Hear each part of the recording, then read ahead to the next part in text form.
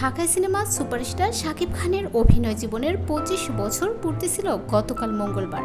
রজত জয়ন্তী উপলক্ষে ভক্ত অনুরাগী থেকে শুরু করে সিনেমার পরিচালক সকলের শুভেচ্ছায় সিক্ত হয়েছেন এই অভিনেতা। এমন উদযাপন থেকে নিজেকে বঞ্চিত করেননি শাকিবের সহ অভিনেত্রী অপু বিশ্বাস।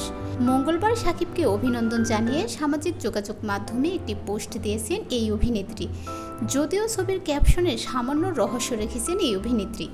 একটি গণমাধ্যমে শাকিবকে নিয়ে করা প্রতিবেদনের ছবি পোস্ট করে ক্যাপশনে অপু বিশ্বাস লিখেছেন, ৭২টি ছবি, কোটি টাকার কাবিন, বউ এবং তাদের সন্তান আব্রাহাম খান জয়। এরপর শাকিব খানকে উদ্দেশ্য করে লিখেছেন, অনেক শুভেচ্ছা বাবুর বাবা।